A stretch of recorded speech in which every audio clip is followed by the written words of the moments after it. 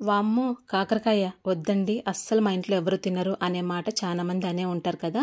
కానీ ఈ విధంగా కాకరకాయ ఉల్లికారం ఒక్కసారి ట్రై చేశారంటే ఏదు లేకుండా చాలా బాగా ఎంజాయ్ చేసి తింటారండి. తప్పకుండా ట్రై చేయండి. నేను ఇక్కడ 1/2 kg వరకు కాకరకాయలు క్లీన్ చేసుకొని ఈ విధంగా 1 ఇంచ్ స్పేస్తో మనం కట్ చేసుకోవాలండి. లోపల ఉండే గింజలన్నీ తీసేసి ఈ విధంగా అయితే తీసి పక్కన పెట్టేసుకోవాలి.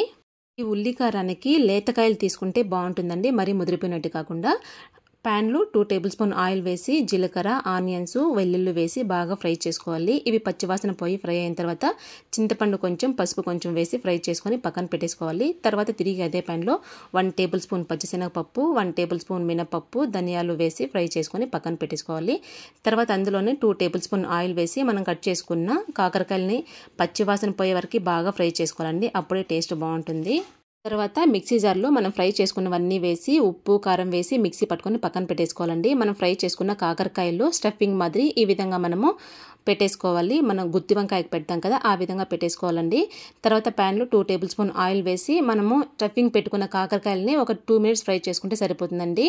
ఆల్మోస్ట్ అన్నీ ఫ్రై చేసి తీసుకున్నాం కాబట్టి ఎక్కువసేపు ఫ్రై చేయాల్సిన అవసరం లేదండి. అంతే, సూపర్ టేస్టీగా ఉండి కాకరకాయ ఉల్లికారం రెడీ అయిపోయింది.